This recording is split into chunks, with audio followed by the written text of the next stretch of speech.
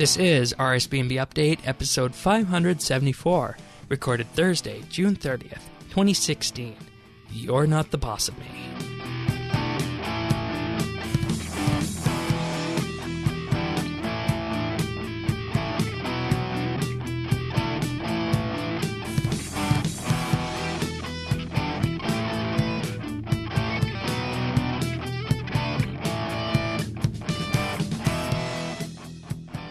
Hello everybody, and thank you for joining us for RSBANDB Update. This week covers Telos, RuneScape's supposedly toughest boss. And we're going to be discussing that and all of your other good RuneScape news of the week. But before we do that, let's just have a look at the panel this week, and that includes, of course, Dave, as per usual. Hello. And Mr. Bistro, who you guys last heard at the God Wars 2 release, so welcome back. Hello, hello. You are our combat expert, and you rescue us from the intrinsities of the PVM system and the PVM community that is what it is, which we'll save for another episode down the road. Apparently. Yeah. What do you think of the PVM community? Just off the cuff remark here. Me or Dave? You. Okay. The PVM community, I think it's a little bit spoiled sometimes, especially because it seems like Jagus was really trying to push the 120 level for Slayer. I didn't think that was necessary, and that kind of peeved me off. But bosses seem to come around so often, as opposed to other like big updates. Yeah. End of April, God Wars Dungeon 2, and end of June, the beginning of another solo boss, Telos. So yeah, I would really like to see them go back towards a little bit more skilling oriented, like kind of like we saw in 2008. Yeah, we need to talk more about that at some point, because it really speaks towards the future of the game, I think, and the direction of the game in which it's going. But we'll save that for another show, literally. So anyways, you guys are both here. Thank you for doing this, Mr. Bistro. Because if not, Dave and I would be winging it. We would have. Yeah, you don't want that for the sanity of everyone listening and us. You don't want that, because it's definitely not going to be as in depth as someone who actually enjoys it. Yeah, because I would have had to kill all 4 of the God Wars 2 bosses in a couple of hours, which I think I could do, and then would have had to take a running attempt at Telos, which probably would have ended horribly. But you, on the other hand, have been successful. Yes. And, that's something I think is that the PVM community itself is marked up to be something that is hard to get into and, hard to understand. But at the core of it, it comes down to the RuneScape combat system, which when you slice it, really isn't that bad. No. So I have to say that getting into bossing really takes a group of friends or a clan where you go and do something and you get used to it, and those numbers can slowly dwindle, so it takes less and less people to do it until you're like optimized for like raids. It only takes like 3 or 4 people, or for this boss, for instance, it just takes a couple times to practice, and you really have to be able to be okay with losing some cash to like, refresh your armor if you die, but that's just part of the game, part of learning it. It's going to pay for itself in the end. And if it's something that you enjoy, you won't have a problem doing that. Exactly. So, all right. So Telos is, of course, the boss that exists and lives in the heart of Gielinor, linked to the God Wars Dungeon 2, of course. So, as it turns out, that messing with the anima in the heart of Gielinor was not a good idea at all. Telos has awoken, JX says. This towering new boss exists to purge the entire planet of life when the precious anima resource is threatened. And you will be taking him on in a new multi-phase fight where the more you risk, the greater your rewards. All right. So, just a bit of a disclaimer before we get going on this for anyone who was not aware. In order to access Telos, you must obtain 4 sigil fragments, which you get by defeating each of the God Wars Dungeon 2 generals, and you combine them. It's been told that you get it as 100% drop as of last week's update, so they did tell us to prepare for that. So after that, you use it on the door, and then that door is marked as open, and then you're able to enter inside a great crystal tree of anima near the dungeon's entrance, and then the fight begins. So what do you think, Mr. Bistro? Was it the right time to bring out this part of the God Wars Dungeon 2 or the Heart of Gielinor? I think it was a little bit premature. Because if you take God Wars, like the original one, and you kind of factor in Telos to Nex, like how long was it between the God Wars bosses and Nex? Like Right. there was a big window there, and it seemed like there was just a couple month window for this one. And I don't know, it seems like it was a little bit rushed. And even with Telos being like, oh, you disrupted the anima, that seems almost like an end game style boss. Like, where do you go after that? Exactly. And So that was just a little bit concerning on my part. yeah, that is where RS is at, I think. And I don't know whether we were supposed to get there at this point or not, but it is what it is. So, so basically, what happens when you enter the fight? Take us a bit through the mechanics of this boss fight. Okay. Well, if you guys haven't read my article, it came out the day we're recording this, but I'm going to pretty much almost rehash what's said in the article for you guys, talking about gear, abilities, and then the phases. But I want to start with the gear first. Yeah. And if Dave and I have any questions, we will just interrupt you politely. Okay. I don't want to be too long-winded on here, but I can't make any promises. Well, I don't have a watch anymore, so We've done away with that after 2 episodes. We're just gonna wing it. So Okay. Well, to start, I want to go right into talking about like actually entering it. Of course, you need to kill all the bosses from God Wars at least once. And then you'll be able to enter, and you'll get a free instance of Telos all to your own. And when you go down there, you're going to want to prepare with, I would say, your best combat method that you're most comfortable with. It's not as big of a deal as it would be for some other bosses, although I would highly recommend magic. And my reasons for that is because this boss, you're going to be moving around a lot. And Telos seems to really be using melee intensive, a little bit of magic, and some range. So Mage is going to give you that ability to protect from some of his magic attacks, and it's also going to be more potent against melee. So I would really recommend using magic. And for me, I went into the boss just using my Port's Supreme Sea Singers gear.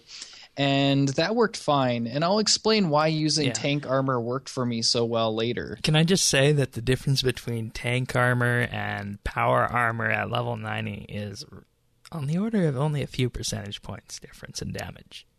Yeah. So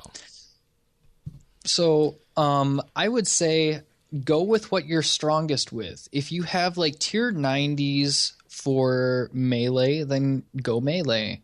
If you have tier 90s for magic, range, do that. But range is definitely the weakest of the three here. I used magic, and I was pretty successful with that. I even ended up using a polypore staff and managed to get through with the successful And that's kill. a level 78 weapon, I believe. Yep. I want to mention, though, that I was also using a vampirism aura. You don't want to really use a prayer aura if you're using auras here, because your prayer is really going to get drained when it comes to certain phases. And the vampirism is really going to get you some of that extra health, so you're not going to have to keep clicking on food if something really important comes around. Right. But I also used the arcane necklace that you get from dungeoneering, the highest tier for that. That works almost like like an amulet of fury, just really good mage amulet. But yeah, the sea singers really work just fine there. And a polypore staff. If you have a better staff, I would recommend a better staff too. But as for food, I would definitely go for your first kill, do a higher rate or the best food that you can do and work your way down to something that you're comfortable, because It's never going to hurt yourself to be like, oh, I didn't need this much food. And next time you go around. Rocktail soup? Yes, I was using rocktail soups for my kills. I did it for all my kills. I never went down to actually rocktails or sharks. I know that some people were actually using sharks and still being pretty successful with that. But when it comes to potions, I would recommend overloads or extremes if you have them. Combination potions also work very well here. And I would also recommend using super restores instead of like super prayer pots or stuff like that, because it's really going to just benefit you all around when it comes to using your overload as well as regaining that prayer. But that's pretty much what I have for gear here. And in case anyone is in the market too, I would highly recommend that everybody out there go and purchase super prayer renewal potions from the Grand Exchange. They're perfect to drink, and they just taste so good, and they will really help you with this boss. And in doing so, you would really help drive those prices up for my Herb Lord goal. So there you go. So buy super prayer renewal potions, please. I knew that there was some goal in that statement there. Brought to you in part by the Shane 120888 Herblore Foundation. Boy. So moving on to one other really important piece of equipment to have with you is a shield. Oh, interesting. And this could be would a defender shield. work? No, a defender would not. And here's why. There's an ability that he uses. It's called Gielinor Give Me Strength. And I'll go into this a little bit more in a minute or so. But when he uses this, he will charge at you from any point in the map, regardless of how far away you are, and he'll deal damage to you. But if you switch to a shield, and this is why I say it could be any shield. It could be a bronze square shield for all I care. You switch to the shield and you use the ability Resonance, and it will block all of that damage from that special attack. I thought that ability worked with I was going to say, can't you use that with the defender? Because the main part of a defender is you're able to use your shield needing abilities with a defender, but you get that little bit of attack boost. I could be wrong. Well, maybe you could be right. I don't use defenders, so... Okay, well, I just wondering. Yeah, and as a mage, using a staff, yeah, that's true. Working with the defender wouldn't really do me any good anyway. That makes sense if you're using a staff and not dual wielding. All right. Okay. So defenders possible. I guess I didn't really look into that one that much. But yes, that would prevent all that damage and will save you food, and that will help you in the long run. But that's pretty much all I have for gear. I want to move on to abilities. I'm really going to kind of be magic based, but because how the abilities work, it seems like each of the three combat styles have the basic abilities that go along with it. There's some really good ones to use. I would definitely recommend filling your bar up with thresholds, because the first phase specifically, thresholds will be you'll be able to almost use them almost like basics, because you're just going to keep charging your adrenaline. But asphyxiate, it's always been really good for magic. It's still good here. Dual wielding.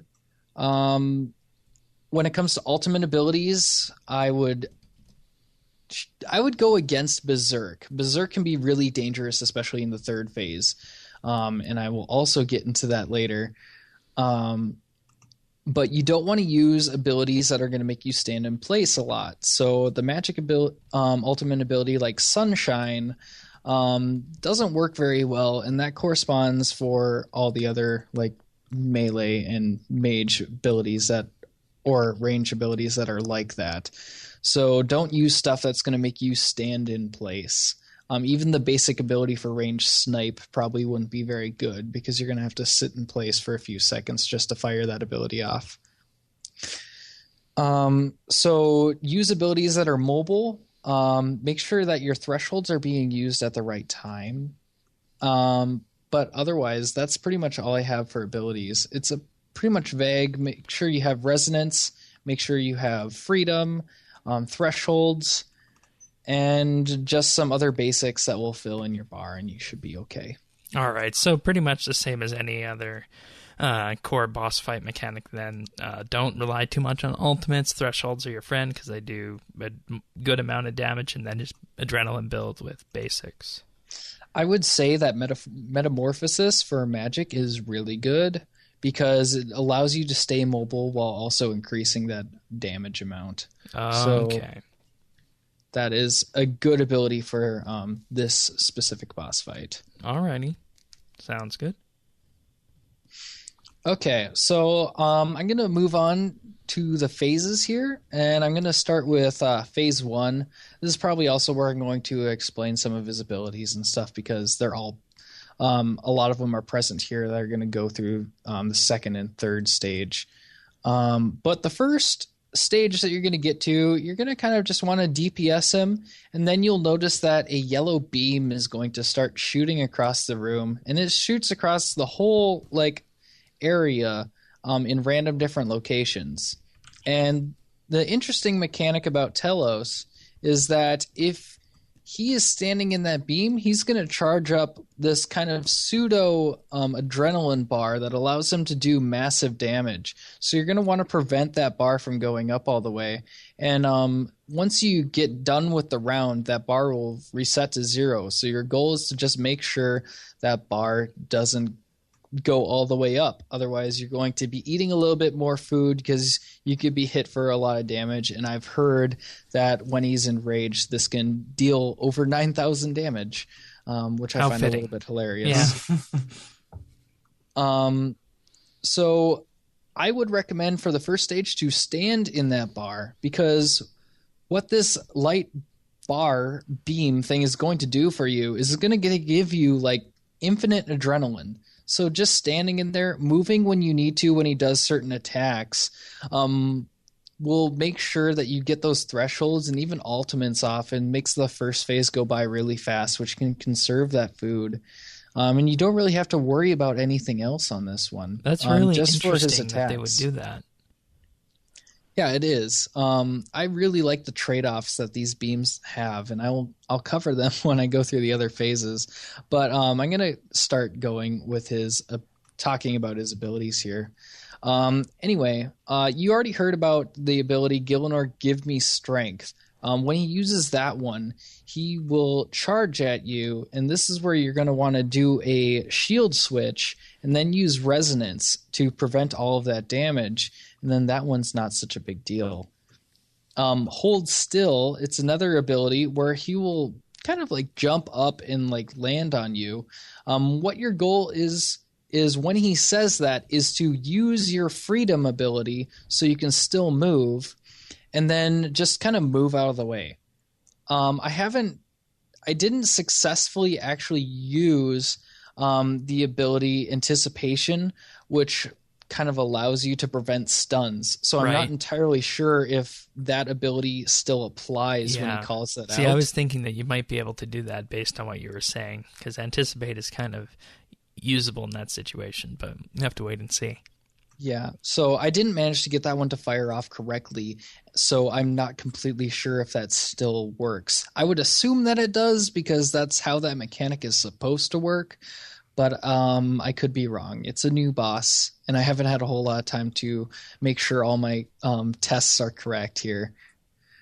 But yeah, you just have to move out of the way for that one, and I don't think you'll be taking much damage from that. His third special, he will start to charge up. you have to deal 3,000 damage to him, and during that time he's going to be healing up. So it's important to use kind of a threshold. I used Asphyxiate on him at that point, which literally took maybe about 1 or 2 seconds. Yeah, it to should pop be out about of that 1 or 2 phase. ticks, maybe 3 in a bad case to get that with Asphyxiate, I think. Yeah, but the sooner you can get him out of healing there, the better. And that's pretty much it for that attack. And that's the 3 like core abilities from like the first 3 phases that I've noticed. All right. Yeah, Any that's not. No, questions? that's you know that's a lot simpler than I was anticipating with this. And I mean, I guess that it will get harder as you go along and increase the enrage, because you'll need to do more damage and he'll need to do more damage and just finish it off quickly. So I guess that's the trade-off there. Start easy and then work your way up. Yeah, and that's also another thing I like about this boss is that it almost gives you a chance to kind of learn it before it gets harder and harder.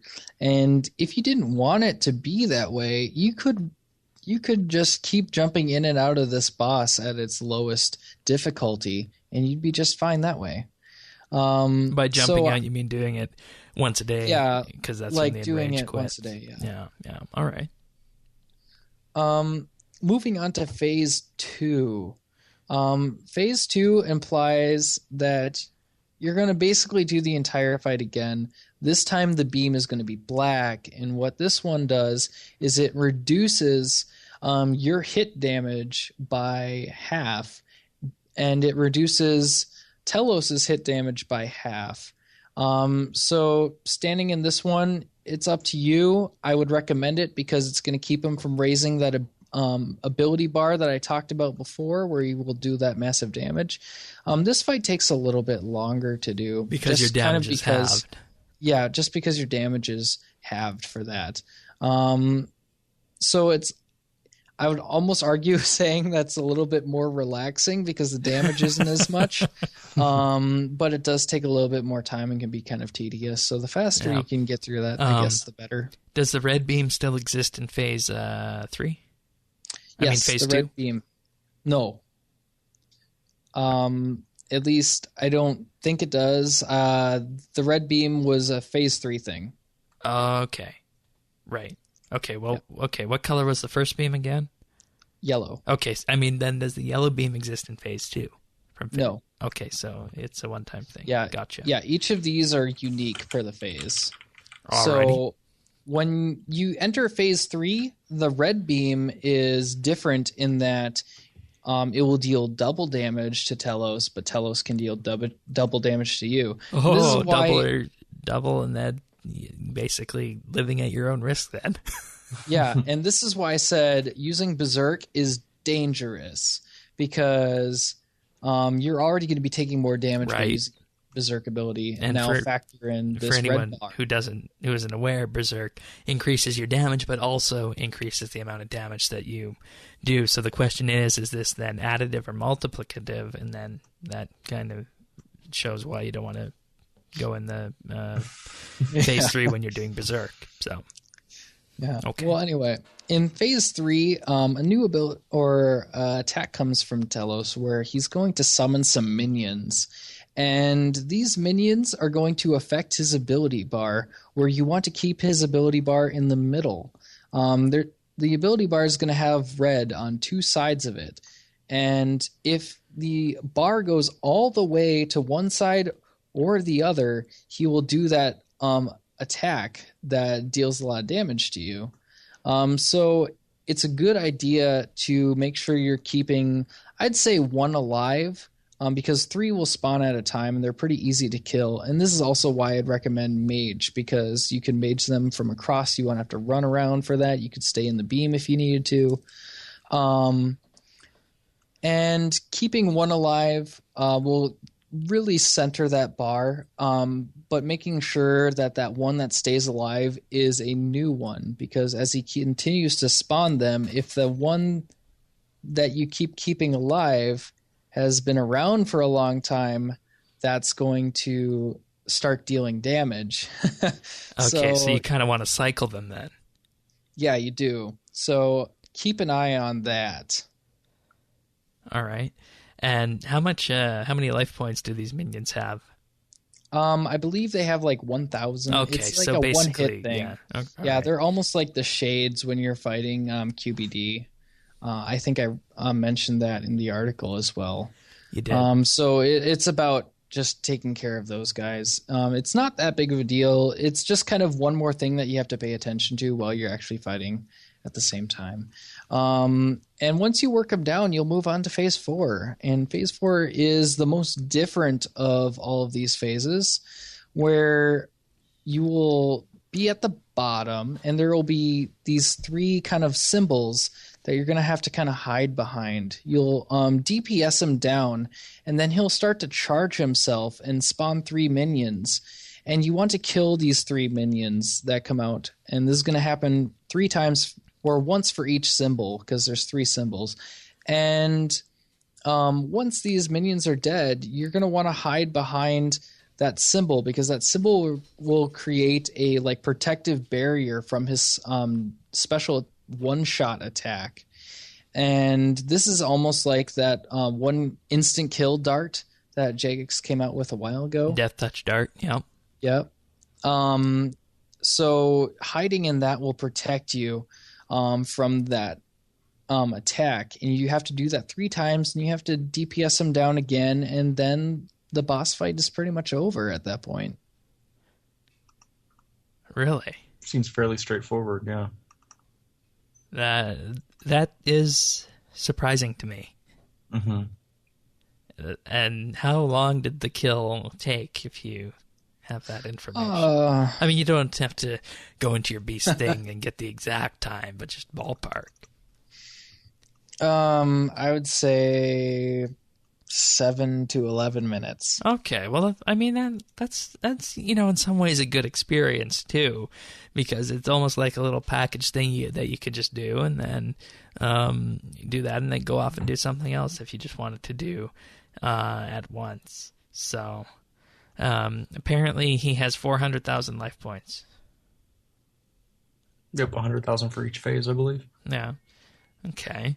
And I mean, I guess that makes sense in terms of where Jagex has gone with bossing before. Everything seems to be done in phases with round amount of life points. So now, when this update was initially brought out, they said that this is RuneScape's toughest boss. No. Well, I mean, not to begin with, I guess. But if you wanted to keep doing it all the way up to 4,000% in rage, then perhaps.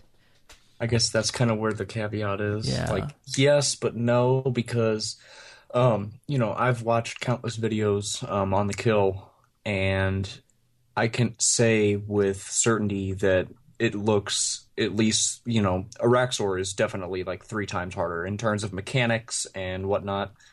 This is, it's pretty straightforward. I mean, as we discussed, the first 3 phases are pretty much the same. Granted, there's a few ads that spawn. But yeah, I mean, it's really, even QBD has a little bit more going on than like this you does. explained that in 10 minutes. I was Right. expecting it to take a lot longer than that. Mm-hmm. So, Well, I pride myself in that amount of time. yeah, well, I mean, you did a good job. So would you say that this is easier or harder than Araxor to begin with? Easier than Araxor to begin with. Okay. Now, we'll get to the rewards in just a moment, but obviously we end at 8,000, 4,000% in rage, so you basically have 8 kills to go all the way up. So you go up 500% at a time, I believe, yeah? I don't know if it changed from the day that I came out, but it seemed like after you would get your reward that it would go through kind of like a spin counter of the percent increase of enrage. Okay. So you don't get to pick. It could be like, I think it was like 5%, or it could be like 25%. So you could really get screwed. All right. Well, that's a very interesting mechanic then, because if you think about it, if you just had a series of low rolls for that, then there's no reason to say why you couldn't kill it numerous times a day. So, all right. That makes sense. And then this also ties into the reward system. You get a reward wheel, and it shows your potential rewards. At that point, you can either take the rewards, or you can go for another spin at the boss. And you'll, of course, if you die, you won't get any of those rewards.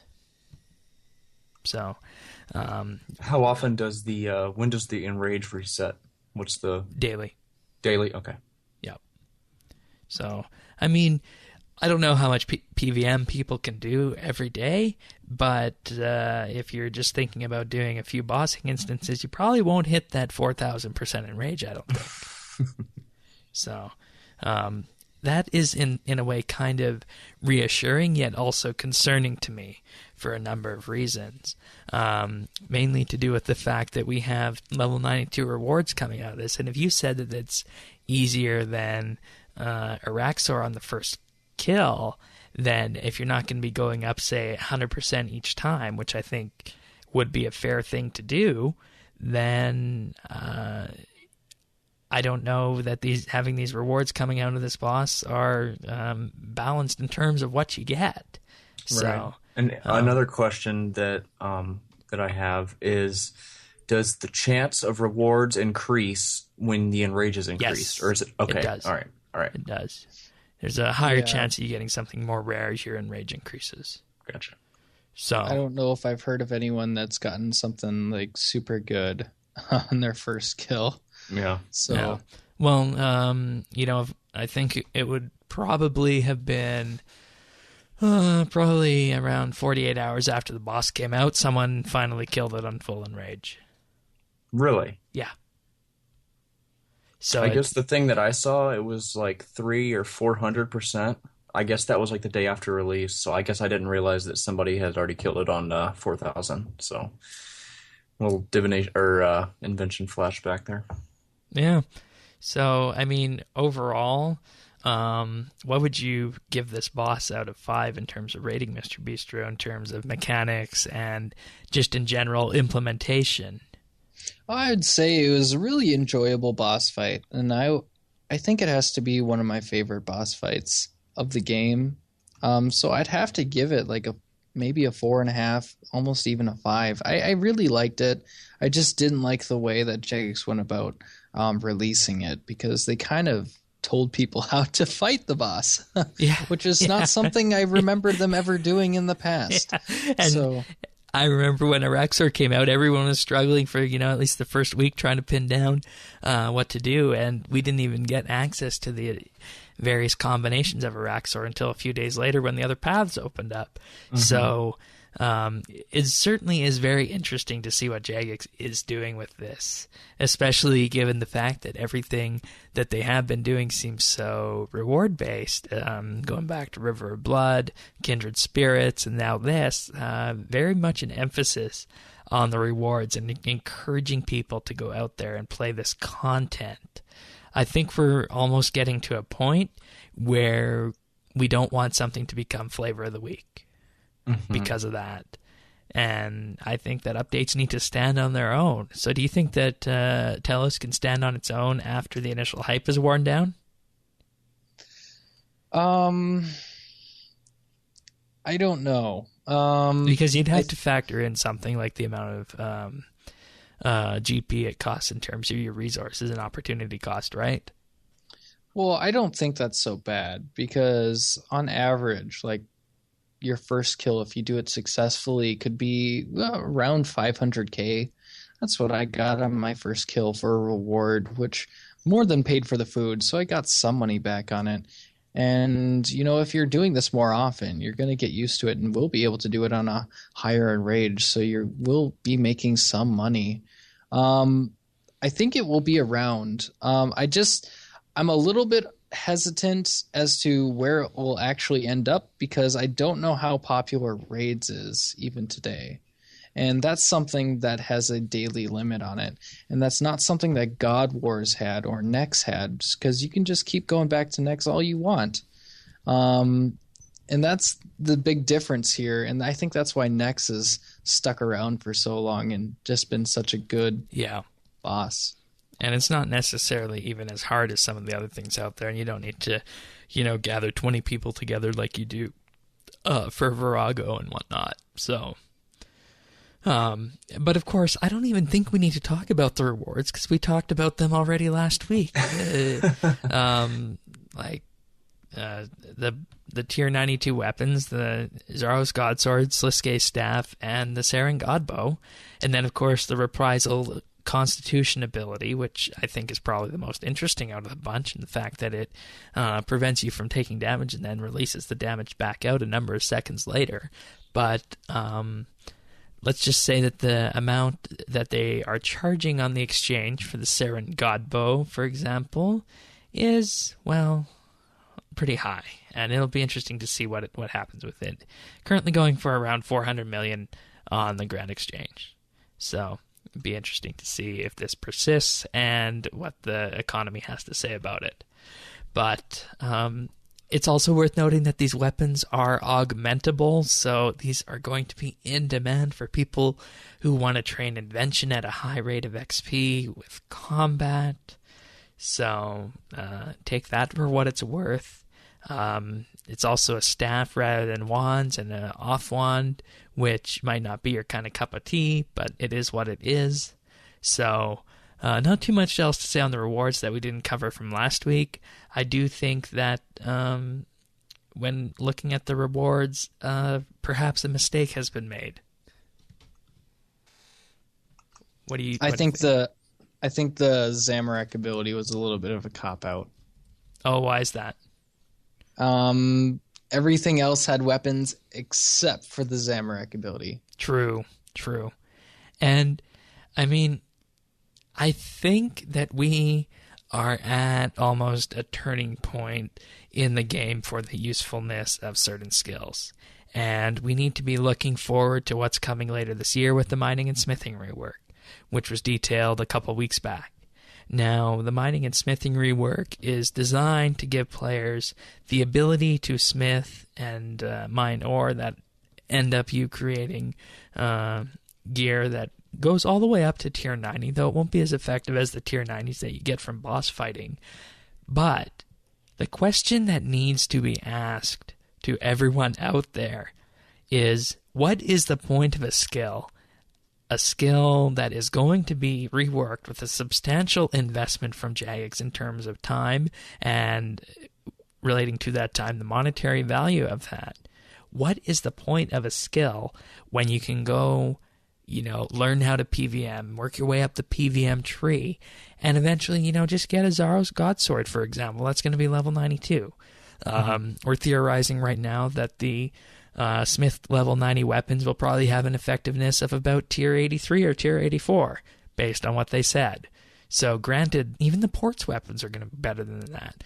So the question is that when is the PVM side of the equation going to become linked to the skilling side in order to kind of create a parity about this? Because you cannot have a game that is focused purely on endgame PVM, which, like you said, and I said I was going to draw on later, Telos, Anima, that kind of sounds like an endgame boss, right?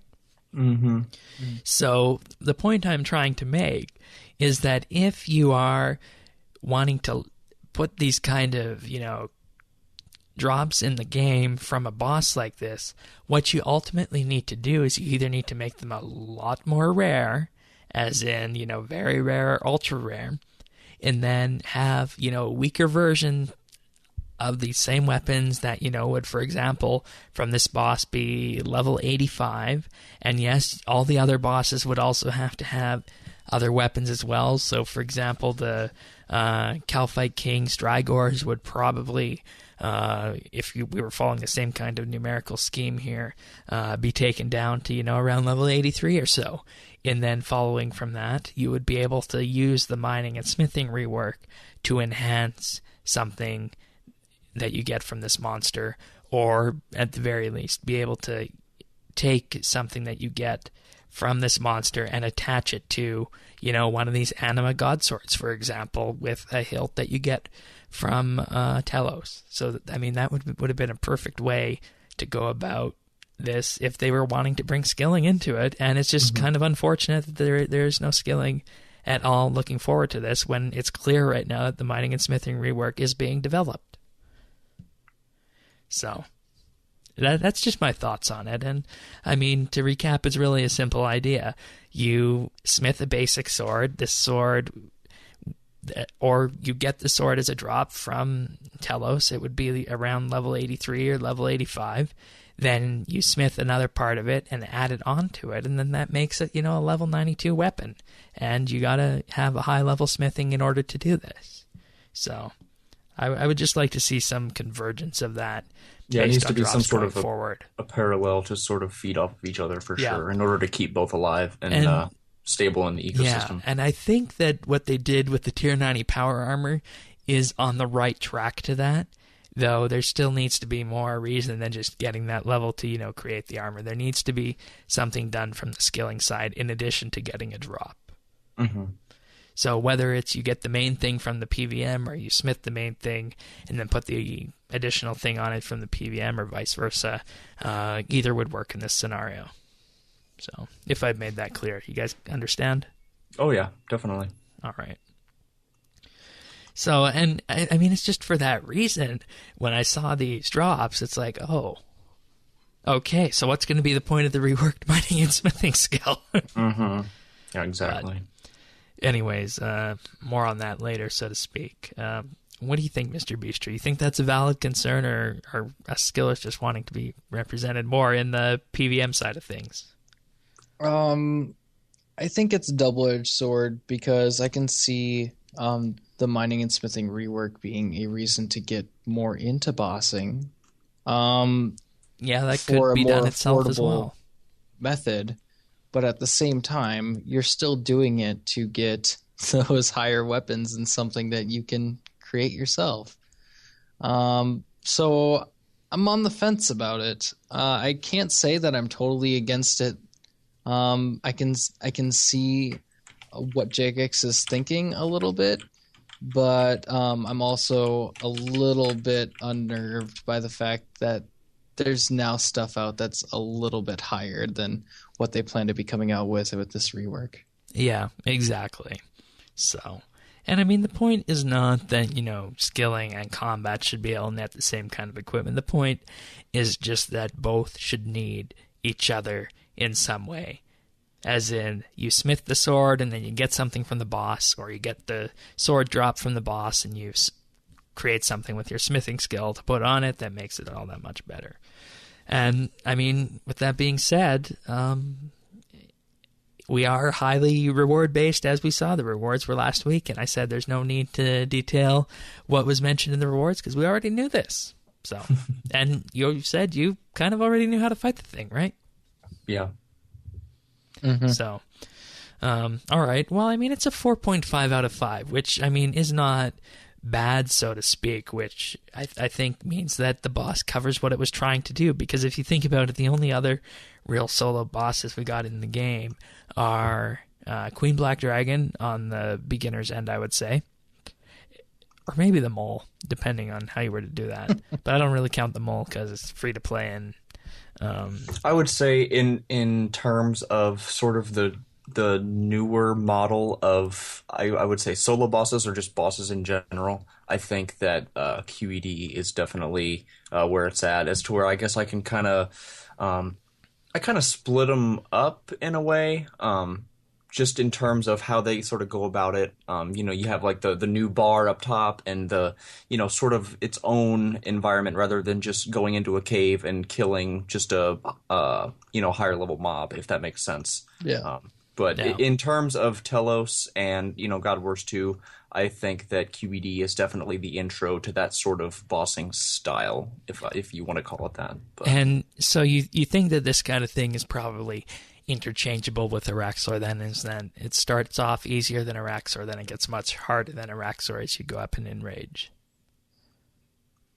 Yeah, I think that I kind of see where they're going with it. It's a nice entry point. You know, you can't really start with something that's just initially harder than Araxor because, you know, only a percentage of the people that do Araxor are going to even want to attempt it. So you're going to have to make it accessible. And I think that is, you know, something they've done right because, yes, I do want to eventually go give this a shot because judging by the mechanics, it seems doable. But for the hardcore PVMers out there, it also provides that challenge. So again, it's kind of a double-edged sword, but it's a good double-edged sword because they're covering both ends of the spectrum. And, you know, it's kind of their way of, again, trying to pull the community and introduce them to PVM. So, alrighty then. Anything else, Mr. Bistro, on Telos before we move on? Nope. All right. Well, there's our look at Telos. Turns out to be a lot simpler than we were expecting, and that's probably a good thing. Yeah. If you want to hear more about Telos and what Mr. Bistro thinks of Telos, you can find that at informer.rsbnb.com in his article entitled Telos, Is It Really That Good? Thank you for the plug. Not a problem. All right. So are we moving on to patch notes now, I believe? Yes, we are. I believe so. All right. So a number of interesting little changes this week. First up in the Gower quest, the post-quest lamps are now a requirement for the Master Quest Cape.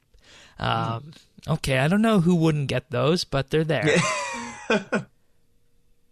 Yeah. Fair enough. Also, players can now reclaim Crispy after finishing the quest. I went in there to try and find Crispy, but I wasn't able to. So I'm gonna have to do a bit of looking to see where you actually reclaim Crispy from. He wasn't up at the house. I'm thinking maybe he might be in the life altar, based on where we last saw him in the quest potentially. But that's nice. You can reclaim Crispy as an item. So. They've also added a teleport to the White Hole and Pub, aka behind the scenes to the Disc of Returning from the bank area. So you can use this after you have finished the quest to get back there easily, rather than going all the way down to the Mining Guild and the Falador mine there. Now on to some NXT fixes. Heap memory allocation reductions to decrease memory fragmentation and potentially increase performance on low-end machines. So basically what this means is that when their application runs, they have set together a pool of memory that you can call the heap. And basically what this means is that by reducing the amount of heap size that you have, it can run better on a lower end computer, because if you have, say for instance 2 gig of RAM on this lower end computer and your heap is taking up a good chunk of it, then that's going to cause problems for the other processes running on your system, and ultimately snake back to cause the RuneScape client to have problems as well, aka the memory fragmentation here, as in your memory is split up across various areas of your RAM, which isn't good for performance. That's just a bit of a high-level overview of what heap memory allocation pertains to for anyone out there who would be wondering. Improve performance and reduce stutter when moving around, which is always good. I've seen a bit of that, and I mean, you definitely want NX to be as fluid as you can be.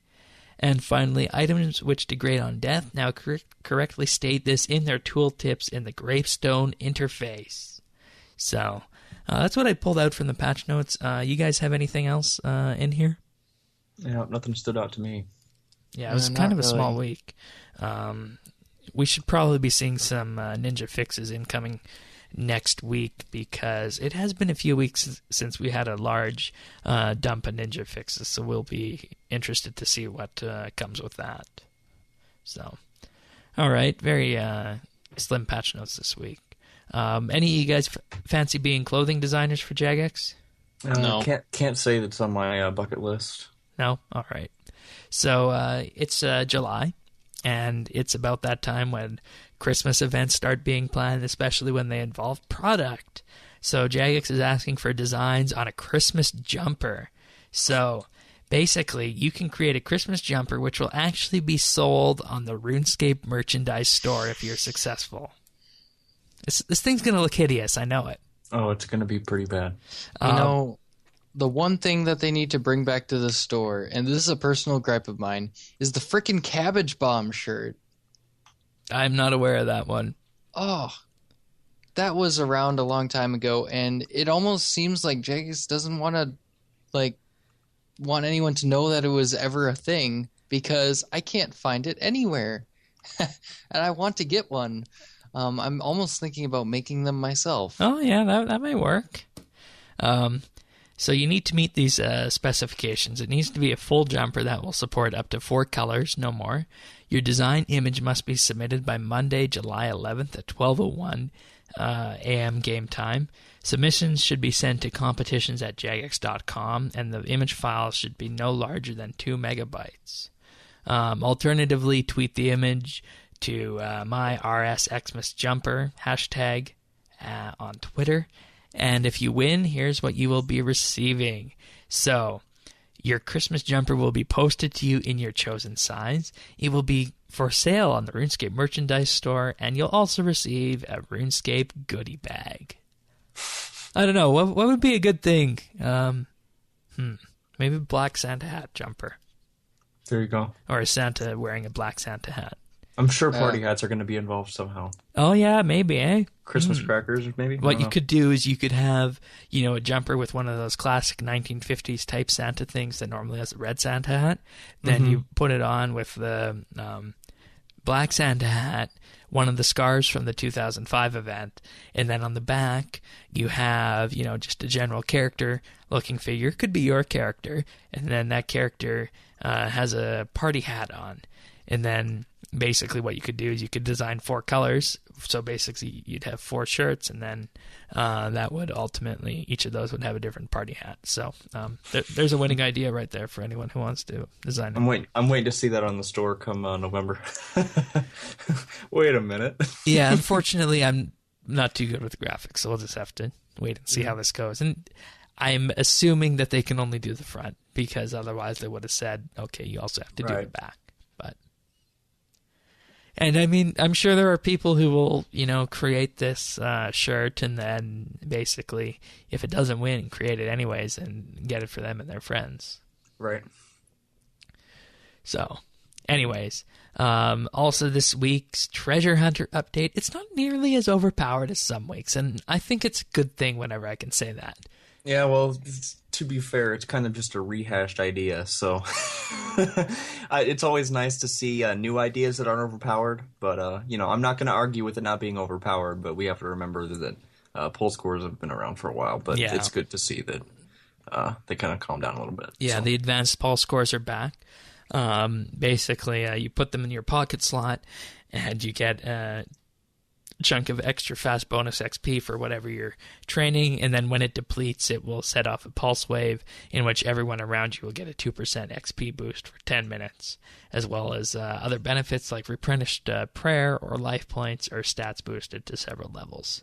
So, should be interesting to see what kind of use we can get out of these. Oh, that reminds me.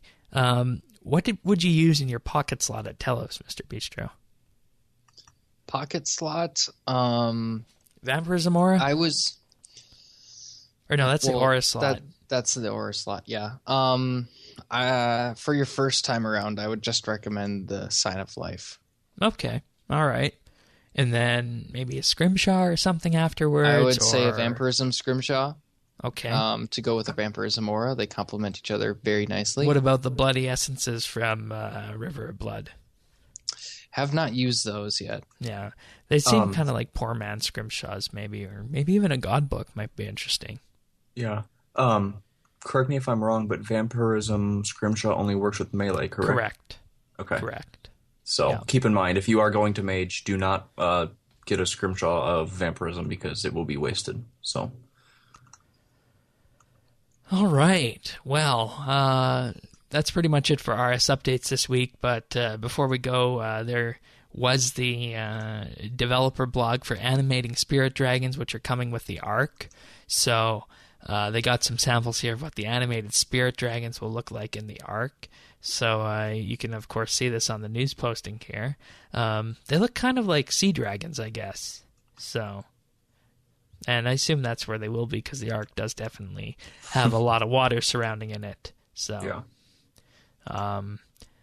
basically, they go through the entire animation process from the very beginning all the way to the end, and outlining how the dragons actually work and showing some interesting little phases here of what it looks like when you animate one part of the body and not the other part. So if you're at all interested in how your RuneScape objects are animated, definitely give this a look.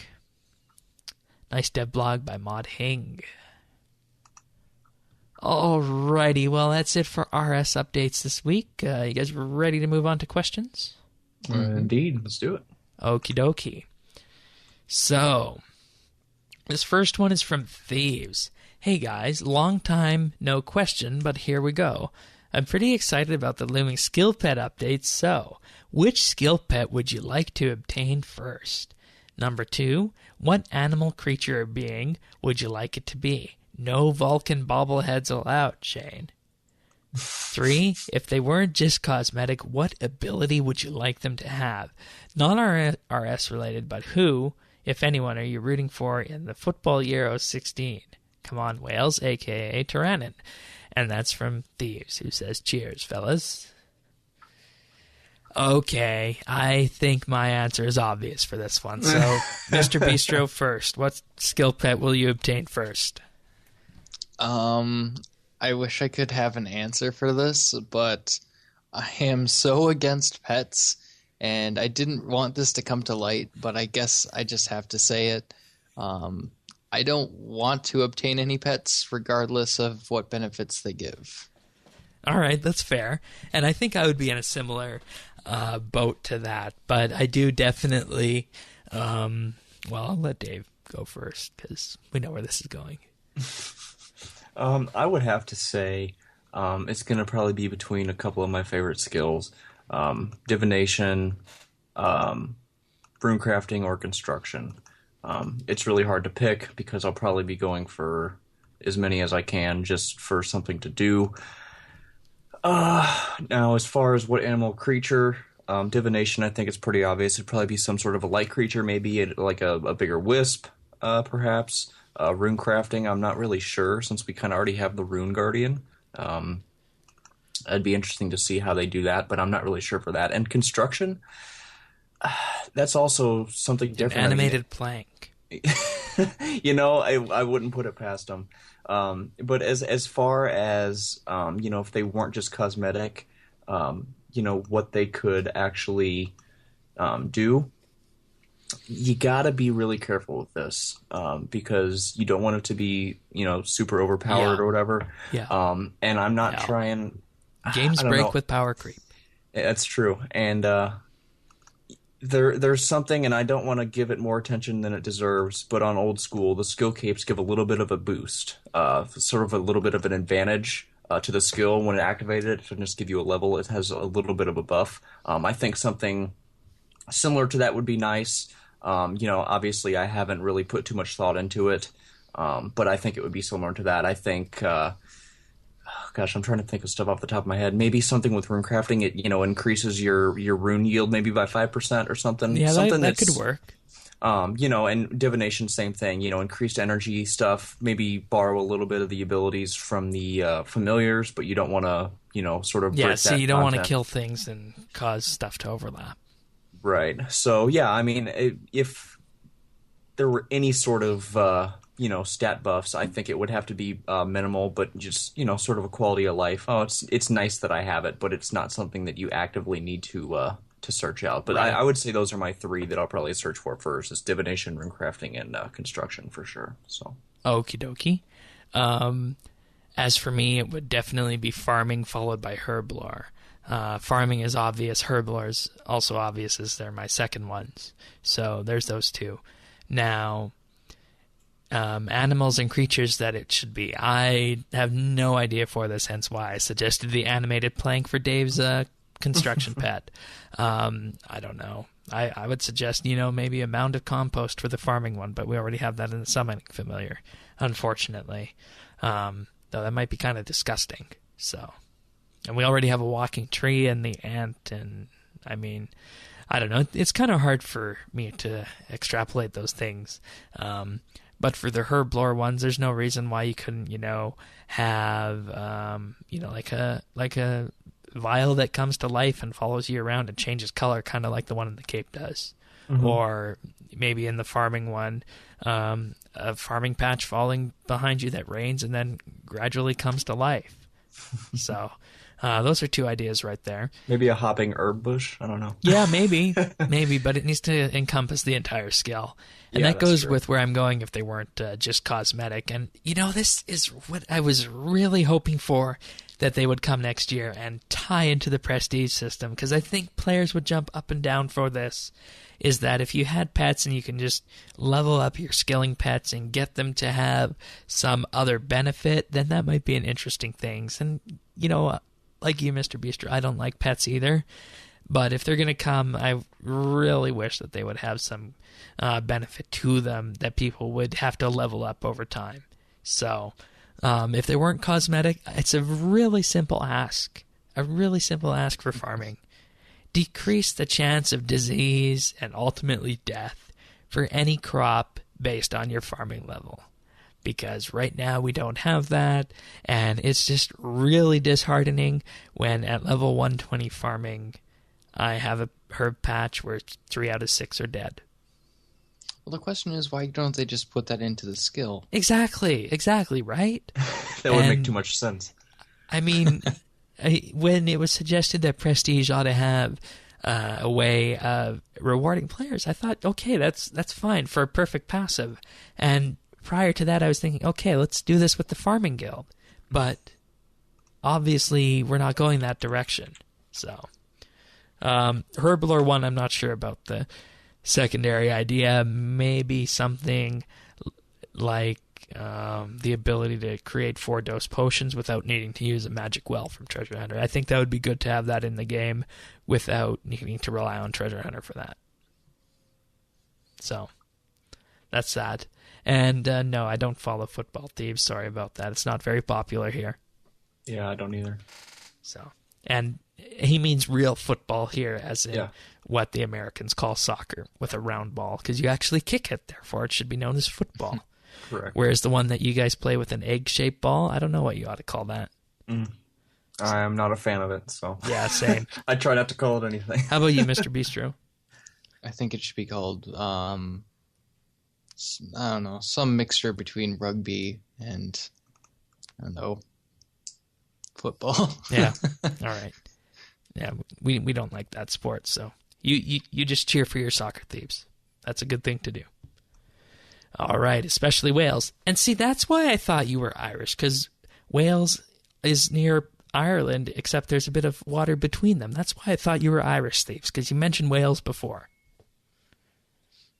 I'm sorry, I'm just talking to our listeners. If you send questions in, I'll use this as a way to talk to you. So feel free to do that. Alrighty, Dave, you want to take the next one from the RR Man? I will. All right. Hey, I'm back. Question for this week. I need to get a new graphics card. Should I wait for the new GTX 1070 to drop in price, wait for the 1060, or try something new and get an AMD card? The 480 looks good. Also, last week, one of my favorite shows ended, Person of Interest, a fantastic show which dealt with a post-9/11 world with all the NSA and surveillance stuff. Not only do I think Shane should give it a go, I think everyone should. If only for the fact that its last episode was the best series wrap-up I've ever seen. Too many shows these days are canceled without proper ends. Cheers, the RR Man. Yeah, you're kind of referring to Continuum there, aren't you, Mr. RR Man? Graphics cards, okay. You guys in the market for any new graphics cards here? Yes, but not for traditional reasons, right. But I'll go into that a little bit later. So. How about you, Mr. Bistro? No, I just got my new PC a couple months ago, so I'm pretty happy with everything. I would say that you should probably wait for the 1070 to drop in price if that's what you want to do, because you need to look at the final two numbers in that series. You got 1060, 1070, and 1080. Now, the the 60 line, so 1060, 960, 860, 760, going all the way back, are effectively known as the budget prosumer cards, whereas the 70s, 670, 770, 970, and 1070 are going to be known as the prosumer cards, whereas 1080, 980, and so on down the line are known as the high-end cards. So I would say definitely focus on the 1070 if you want to go for NVIDIA. It's also worth noting that the 480 you mentioned, the AMD 480, is a budget graphics card. So you might want to look at benchmarks before you also look into that.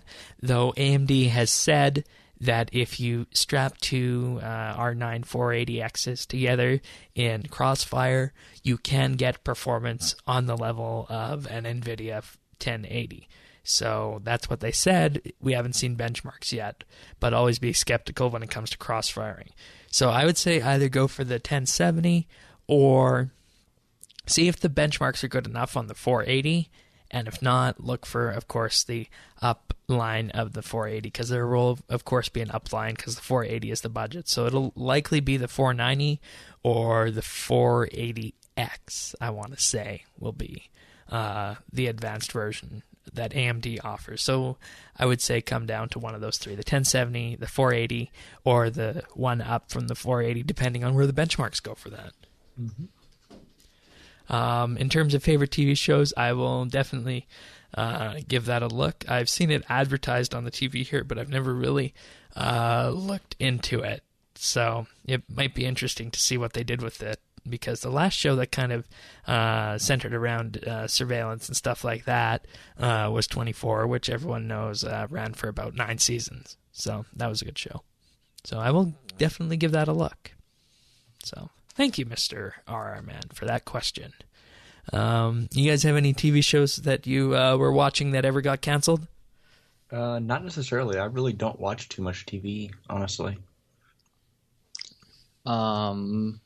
As for canceled, no. But I also followed Person of Interest. I kind of dropped off once I moved out of my parents' house and I didn't have TV anymore. But that was a good series. And if you like that, I would also recommend 24, because the season finale or series finale for 24 was just perfectly done. The first series finale or the second series finale? The first series finale. Okay. But yeah, it's good if it comes back. They came back for an encore. Yeah. And then I would also recommend, I think it's I don't remember what station it's on, but I think it's called Mr. Robot, and it's on HBO? I think it's on HBO, but it's really, really good. It's all about kind of like hacking and stuff, but it's not like that stupid Black Cat movie that came out a while ago. I saw that.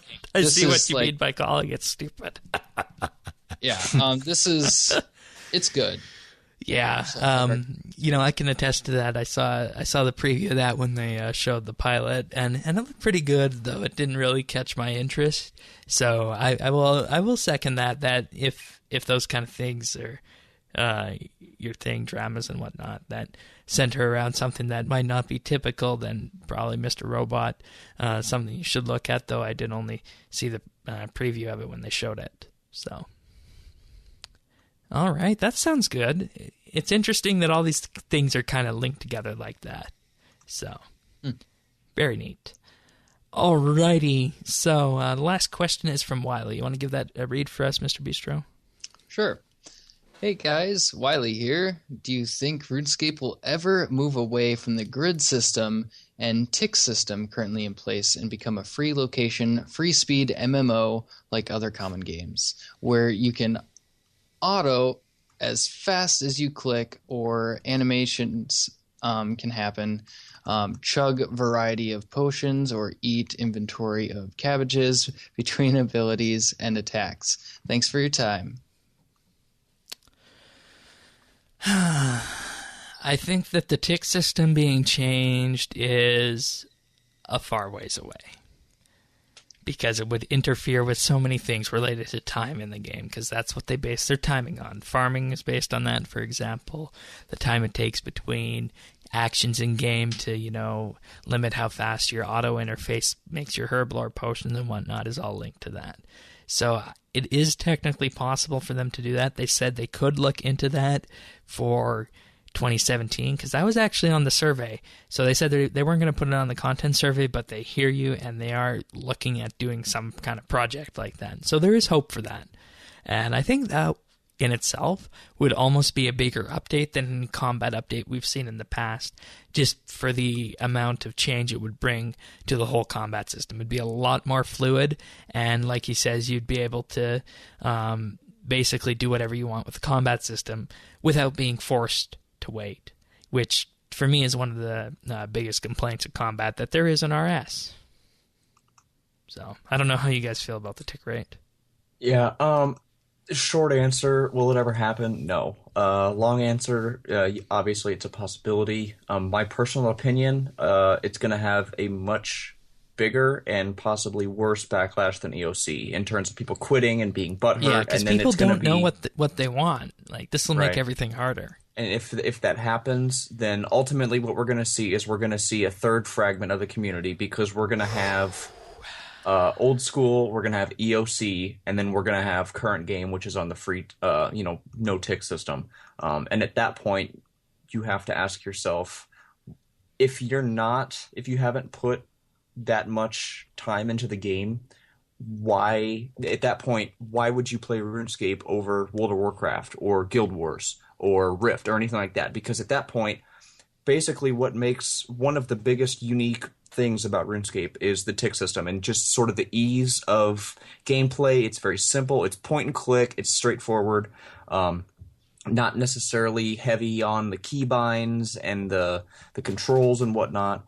So like I said, short answer is no. If they're smart, they won't do it, because again, it's going to fragment the community even more. And just when we've kind of rebuilt our, people coming back to EOC, I think it would be a horrible move for them to go ahead and just completely, sort of redesign what RuneScape is all about in terms of, the framework and whatnot. So I'm very much against it. If people want to play something like that, again, there are plenty of pretty much every other MMO out there works on that sort of, movement system. So I would just highly recommend that rather than sort of lobbying to change RuneScape, because I think that is in the game's worst interest at this point. So, all right, fair enough. How about you, Mr. Bistro? Well, I don't know if there's a way that they could update it without removing it, like doubling up the amount of ticks it can actually take. That way, a lot of everything that happens in game can be in place, but there's still a tick system. It's just less noticeable because there's just so much more ticks. We're never going to go to somewhere like 60-odd ticks per second like you have, for example, in Counter-Strike or other games. I don't think we're ever going to get there, just because it would require, a complete rewrite of the game engine. I think what you said is more likely, where they could, at least double it or maybe triple it. But even then, you're going to get lots of unintended side effects there. Mm-hmm. So, buyer beware. And then a free square moving system. They actually looked at this with NXT, believe it or not. NXT and the previous Java clients did actually have support for game controllers, believe it or not. So right now you can plug a game controller into your computer, activate the Orb of Oculus, and then you can control the Orb of Oculus with an Xbox controller. Not many people know that. It was in a patch note a few months ago, but it's there. So obviously the driver support is there. It's just a question of, how can we do this with the game?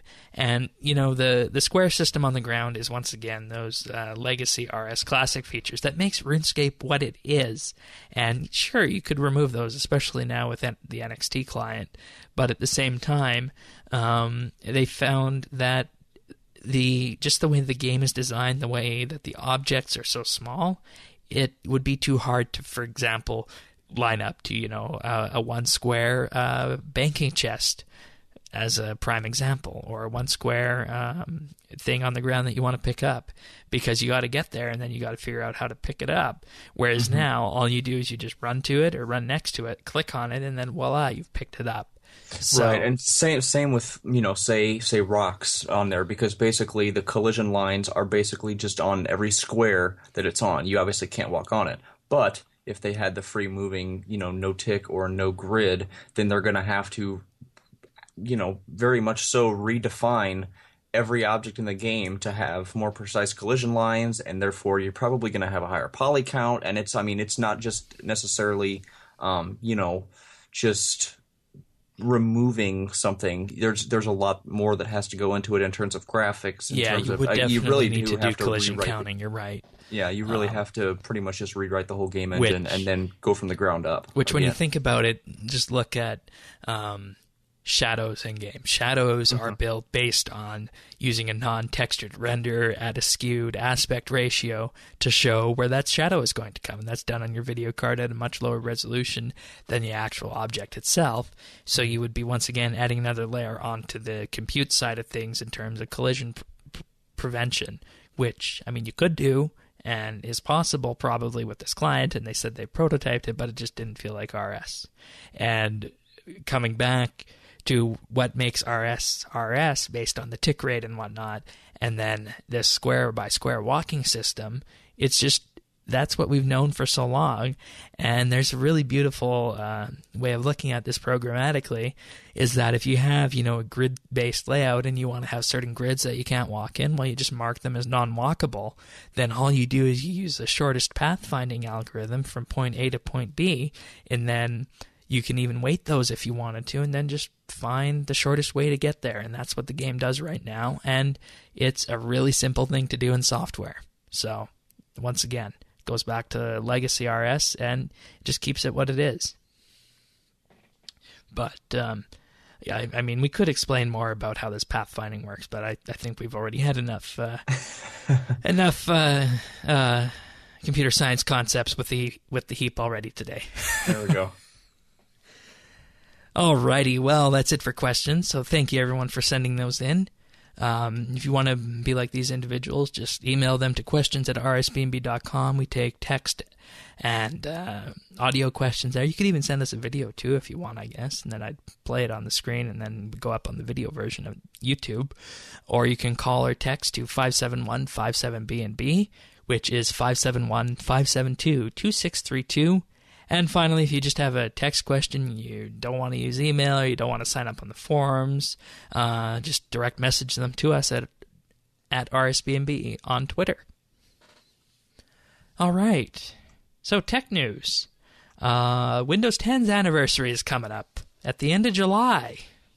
So, it's been 1 year since we've had this thing known as Windows 10, and I think it's performed remarkably well, not only from a usability standpoint, but also a security standpoint. Nothing major that broken compared to other releases, so that's always good. But as of the end of May, Windows 10 is on 350 million devices, which is excellent.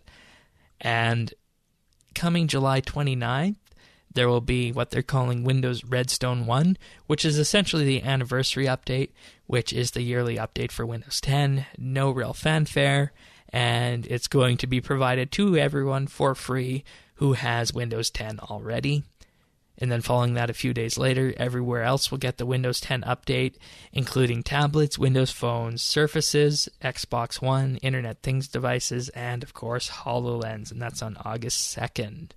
So, Microsoft going down real hard on their Windows 10 strategy, enabling people to download it for free and take part in this Windows as a Service ecosystem. So, now, I have a little observation here. I'm sure I'm not the first one to catch it, but Redstone 1, are they making Minecraft references now that they bought them out? That could very well be the case, though I don't have experience with Minecraft to definitively say yes or no. Okay, well, Minecraft is pretty much just a type of ore that you can mine, and ironically enough, it is basically the conductor material to make circuits and whatnot. Oh, okay. Well, then that would make sense. I think they have a software called Redstone. Oh, do they? Yeah. Oh, okay. Well, fair enough. Never mind then. Okay. And you guys are both on Windows 10, and once again, I'm just going to say, if you haven't upgraded to Windows 10, you have, just under 4 weeks to do it now, and it is essentially Windows 7 combined with Windows 8. And what you're getting when you update is you're getting a ticket into Microsoft's ecosystem for the next decade or so, probably. And you're going to be able to basically have a linkage between all of the Microsoft products that exist, including Xbox, HoloLens, any Internet of Things stuff, maybe even a Microsoft wearable at some point. They'll all be linked together by the Windows 10 experience. And for those of you guys who already do have an Xbox, you know how great this is. So you definitely should update. And if you don't have any of these things, the reason that you should upgrade to Windows 10 is that you're ultimately just going to be upgrading to the next version of your operating system. It's not necessarily that you're gaining anything. It's just that you are doing yourself a service by ensuring you have the latest software on your system to make sure you're going to be up to date. And who knows, in a year or so, they could change Windows 10 a little bit so that it's less easier to get into than it is right now. Because I think if you enjoy Windows 7 right now, you'll enjoy Windows 10.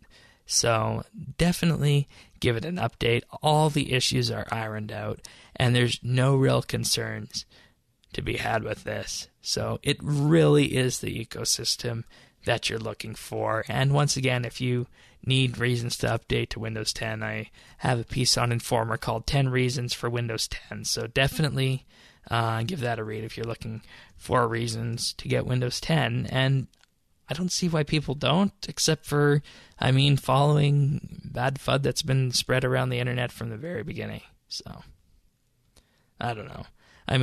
It's really quite simple. The upgrade is free. Windows 10 brings a modern operating system to Windows users, which has been lacking with 7 and 8. It will be the last Windows update that's hard to install. The update will be painless, hence what I said. You're going to install it once, and then after that, you're free to go. It's going to be stable. It's got the same kernel as Windows 8 and Windows 7. It's the unified Microsoft platform. Microsoft has made development tools freely available if you like to tinker. The interface is the best that Microsoft's ever built, even some changes to Explorer in there. Game streaming from your Xbox if you have that, and a browser that is really great if you prefer not to use Google Chrome or Firefox. You can finally use a decent browser on Windows 10. So, would highly recommend Windows 10 if you haven't done that yet. Alrighty. Anything else on Windows 10? You guys enjoying it? Oh, yeah. Uh-huh. Excellent. And I believe the final chance to upgrade for free is coming up pretty quick here. Yep, the 29th of July. And after that, it goes up in price. And, I have this internal debate with myself every time I hear someone say, I haven't upgraded to Windows 10. I say, why? Oh, I just don't need to. There's nothing there for me. And, Microsoft is king of those kind of updates because they're the legacy company and that they don't want to disrupt enterprise users, which is fine. But when it comes down to it, there's no one, you're really hurting yourself by not doing this, because at some point those security updates are going to stop coming to Windows 7. And I really wish that for, home operating systems and whatnot, that Microsoft employed a similar mechanism to what Apple does on the iPhone, where you can't get security updates for the old versions of iOS, and you can't install old versions of iOS because they're not signed. And Microsoft could certainly do that for PCs that were running Windows 8 and Windows 7 sold to the home consumer market. It would have made the update to Windows 10 a lot easier. So, anyways. Alrighty. Next piece of tech news relates to a patent filing by Apple that would allow the iPhone to not record video at concerts if an IR signal was detected. So the idea behind this is that you're at a concert and then the concert stage will emit an IR beam, then your iPhone will detect this and ultimately say, we can't record because of this IR here. So it will say recording disabled. And of course, this is brought up by various artists, including Adele. She said that there were over 1,000 iPhones trying to film her concert at the last one she was at a few weeks ago. So what do you guys think of this? I mean, IR using to disable a camera phone. Short answer, I think it's a little too much control. I understand that, especially now with Spotify, and I know musicians are really fighting for their legal rights and whatnot. Yep. I think it's going a little too far, disabling people's phones at this point. And, if it does go through, I'm going to predict that we're going to see a lot more jailbroken phones, or we're going to see a lot more people moving away from iPhone, because I think people are, I wouldn't say paranoid or upset, but, they've kind of, I don't know. I think that people are a little skeptical now about the whole Apple thing and getting into people's phones with the whole San Bernardino or whatever. I don't know. Personally, just right off the bat, without doing much research, I think it's a little too much control, being able to, disable phones at certain points. There comes a point where the, DMCA or whatever you want to call it is, kind of being a little too much Big Brother-ish in terms of letting you do stuff with your device. Again, I can see both ends, but I think, I don't know, it's probably not in their best interest to start disabling phones, at concerts, because, I mean, even if it's because most people that record at, venues or whatever, they're not making money off of it. It's usually either like a Snapchat video, or it's just something to have as a memory thing. YouTube already has something in place. If it's, obviously if it's copyrighted, you can't monetize the video.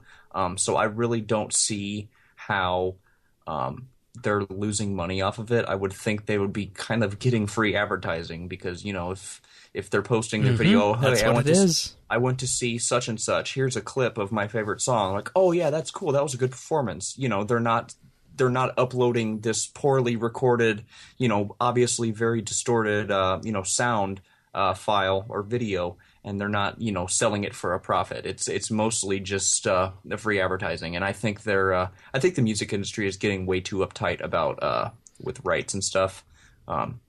So yeah, I really do not like this concept, and I hope it doesn't go through, because it's a little too much power in their hands. Yeah, and I mean, it's obviously just a patent application, and kind of basically says, okay, we could do this. And for anyone wondering how this would work, is you would have an emitter or two or three up at the stage, and then if you point the phone at that emitter, it would detect that signal and then disable the recording. And you do this by putting the IR detector inside the camera. So if you try and cover up the IR detector, you ultimately cover up your camera. Yeah.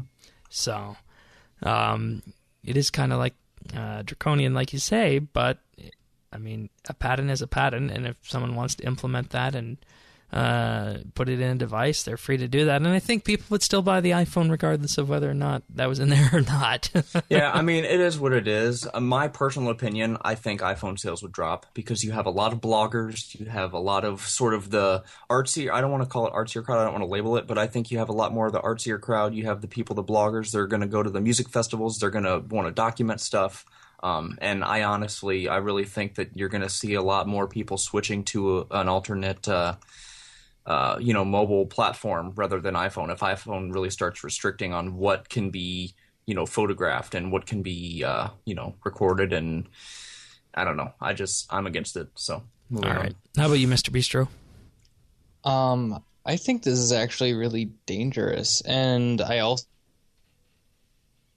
think that would really impact sales, because the fact that people can't record something when they want to would turn people off right away.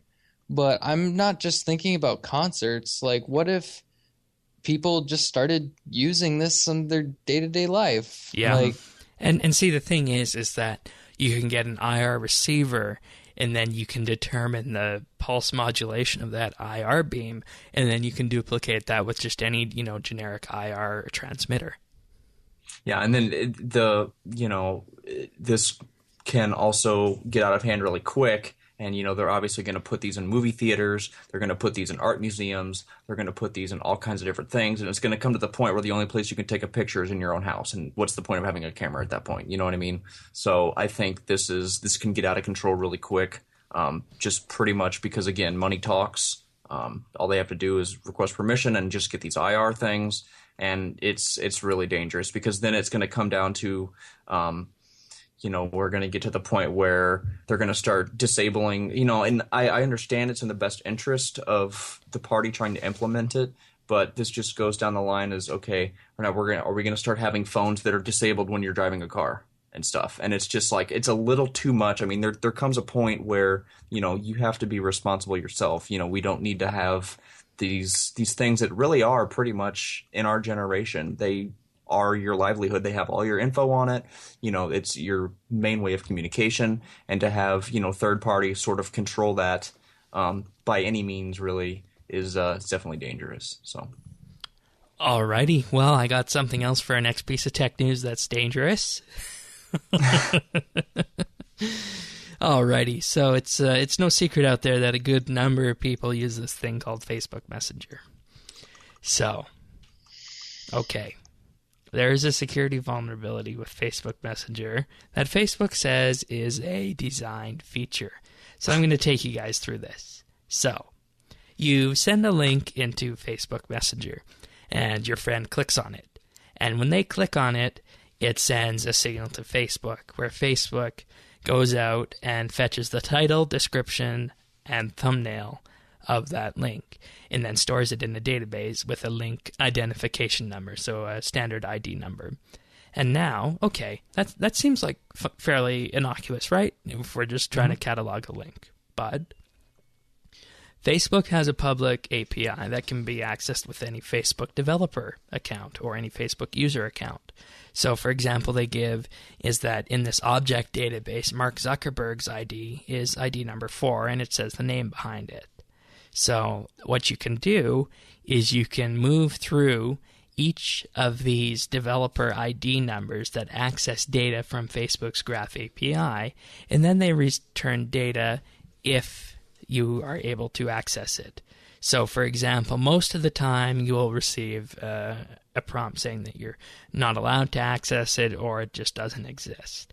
But in the off chance you do enter an ID number that is valid and something that is public, like a URL that they class as a website, you will get some information about this. So granted, you can see the created time and what it is, but then if you expand out further and access Facebook's URL retrieving part of the Graph API, you can get the full URL that was sent via Facebook Messenger or anywhere else on Facebook for that matter, which, I mean, is fine on a public website, but if you're sending it through Facebook Messenger, no, you probably don't want your links you send on Facebook Messenger being shared out to the wider developer API, Graph API. So the person who discovered this did a test, created a Google Drive document, and sent it to someone on Facebook, and then clicked it.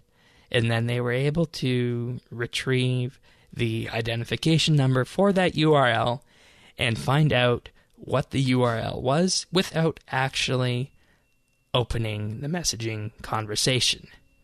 So the moral of the story here is that if you send, a friend of yours, say a photograph of you and someone that you're attached to that you might not want getting out publicly, well, someone could just scrape the entire API, find these URLs, and ultimately access whatever you sent your friend. Though it won't be attributed to you, someone will be able to see that it was sent on Facebook at some point in the future. And this can actually be reproduced with other people's private links, and lo and behold, it actually works. So this was reported to Facebook a number of times before this article was written, and a lot of information comes from it, like, for example, names of people who have clicked on them, the location or language, the attachment images, the application it was sent from, and ultimately the ID numbers. So when this was reported to Facebook a number of weeks ago at the beginning, or rather the end of May, it went through the entire bug process, and then a couple of days ago it was posted that, oh, this is intentional behavior. So, well, it's looking as though Facebook is okay with this, and it seems like something that you don't want to get out there. It's just part of what you're signing up for when you are using Facebook Messenger. Yeah, not to get too secure heavy, but it sounds like they're not handling their data very well on their API. And we're throwing API around a lot, so if anyone doesn't know what API is, the best way to like kind of describe that is like for a computer, it's like if you were to put some information into a vending machine like C4 and then it gives you something back, that's basically what an API is doing. And the fact that you can just get this information from the API means that they're not sanitizing or protecting their data very correctly. Yeah. And intentional behavior or not, I mean, yes, if they signed up for it, I suppose it's okay, but it's still something that I would be worried about. And the URLs aren't specifically identified to you or the messages that they were sent, the context that they were sent. It's just that they are there. Mm-hmm. So, with that being said, I would basically say to anyone out there who uses Facebook Messenger that if you're chatting with someone and you want to send someone a link to a supposedly, say, unlisted YouTube video or a family photo album, you should probably send it on a different platform. And this means Facebook Messenger, Facebook Messages, private Facebook groups, Facebook pages, you name it, it's all in there. So, yeah. Fair enough. Yeah, and I am happy that I don't use that as a messaging platform. Oh, boy. Thankfully, there's no API for iMessage. But, just... APIs aren't inherently evil either. Yeah, they are. Like no, they're not. They just... I said they aren't.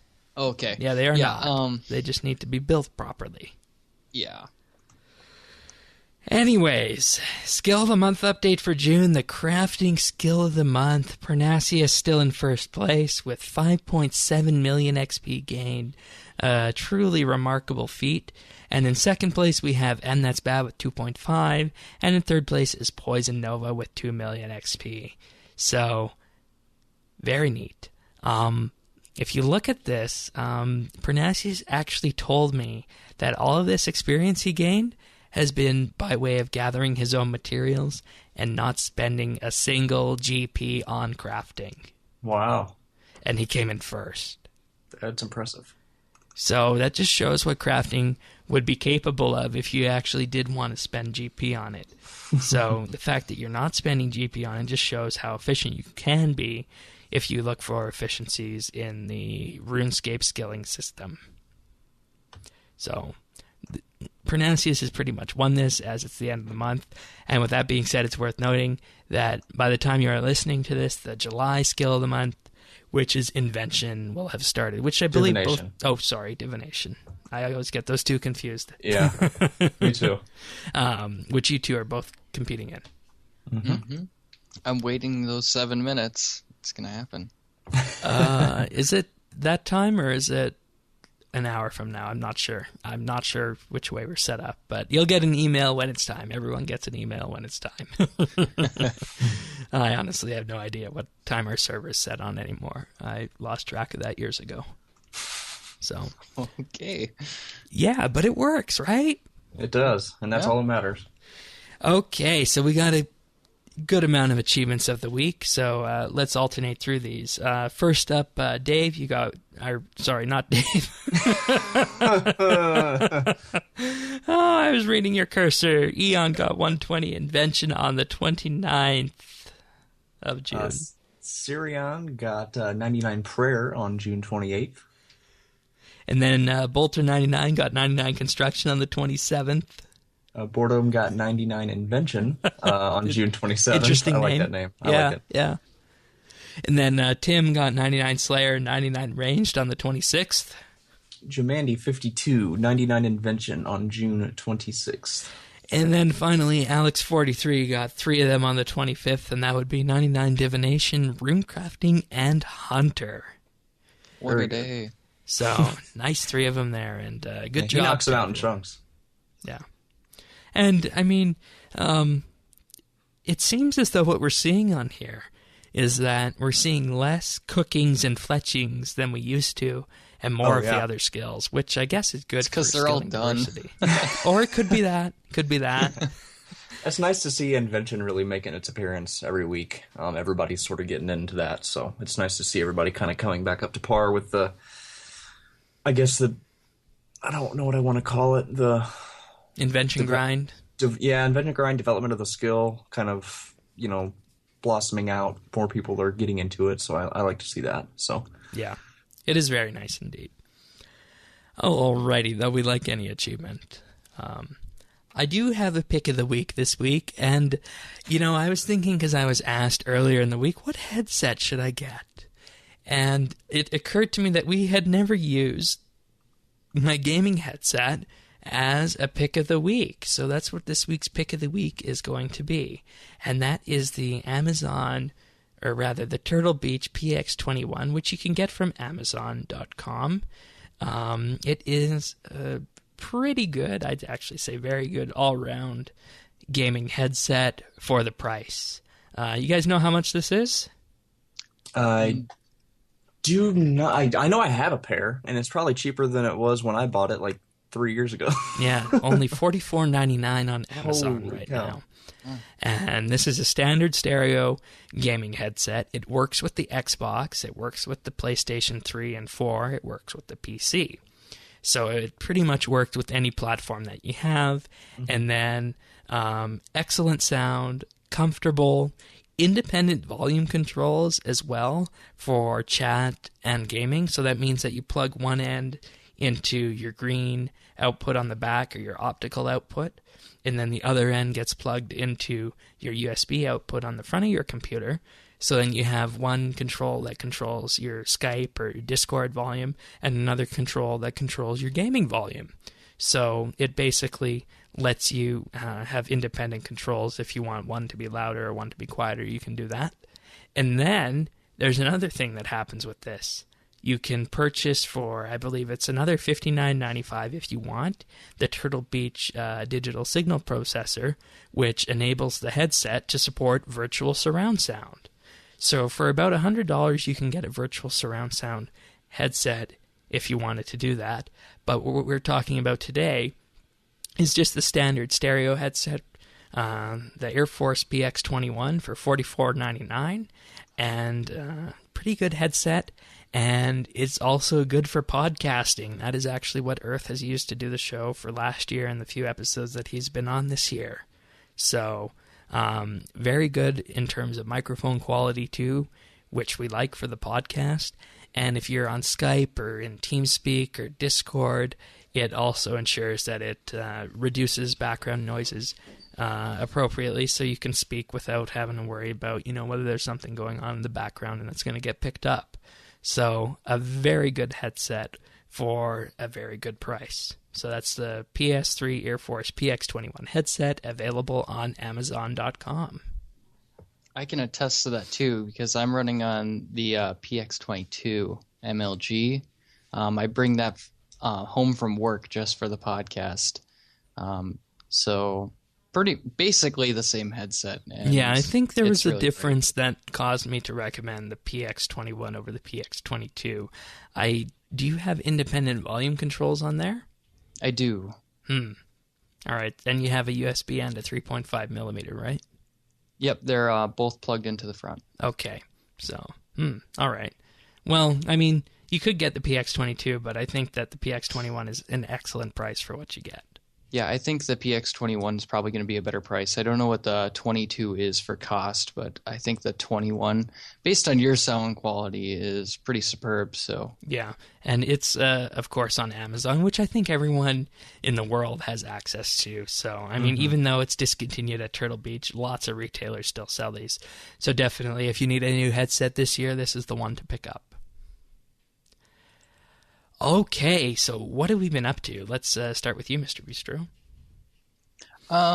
Just a whole lot of work. I'm also putting a couple other companies' websites live on my free time, and been doing bossing and dungeoneering to kind of get myself to 120 because I never did that. So now with Divination coming around, I'll be definitely digging into that for Skill of the Month. Alrighty, how about you, Dave? Yep, just the standard stuff, catching up with my comp requirements. Actually getting into a little bit more divination, collecting some energy for the skill of the month. Hopefully I'll be able to make a little bit of a dent in there. I really haven't made much of an appearance since I won back in March, but hopefully I can do a little damage this month. But yeah, that's pretty much it. Just kind of chipping away at some stuff for comp. I'm going to have to go to Telos hopefully within the next week and knock that out. But yeah, that's pretty much it. That and work is pretty much what I'm doing. So, alrighty. Well, as for me on RS, just been working on the herb lore stuff. So, and as I said, I would highly recommend those super prayer renewal combination potions for Telos. I would highly recommend them. Get all your friends to buy them, please. Absolutely, yeah. Please. It's a referral discount, right? It's a great deal. In the Grand Exchange. Make it happen, folks. Make it happen. Oh, yeah. But in addition to herb lore, just herb farming, and actually started up the sinkholes again, because I was told that if I get level 95 dungeoneering and get access to the resource dungeon in Prif, I can access the daily card for dungeoneering, and then there's one of them that if I get that card, I can get a free potion recipe without having to hunt around various dungeons for that. And lazy. Well, yeah, I'm not much for dungeoneering, and I'm looking for the Extreme War Master's potion, which basically combines all the extreme potions, and is one of the few sellable combination potions on the exchange, and is actually the one I would like to use doing herb lore. So, because the way I figure that out, I can get the most XP, because I start with the base super potions, make them extreme, then I put them into the crystal flasks, and then I can sell them off. So it's less hard on the bank account that way. There you go. So that's the way I plan on doing that. But that's about it. Dave will be back next week. I know we're at the end of the quarter, but we're holding him over for 1 week because we do have some announcements to make next week about the course of events in July, but after that we will be unveiling our new co-host at the end of the month. So stay tuned for more information next week on what's happening, and of course whatever's going to be happening in RS for July. So that's pretty much it. So thank you, Mr. Bistro, for the excellent coverage on Telos and sparing me from having to go risk my precious items down there. Always a pleasure. Yeah, it was always a pleasure having you on the show. Thank you very much. With that being said, we will see you all next week, everyone. Thank you for sharing your time with us. And remember, we're in Friends Chat Bits Bytes if you want to come and say hello to us. See you next week. Bye.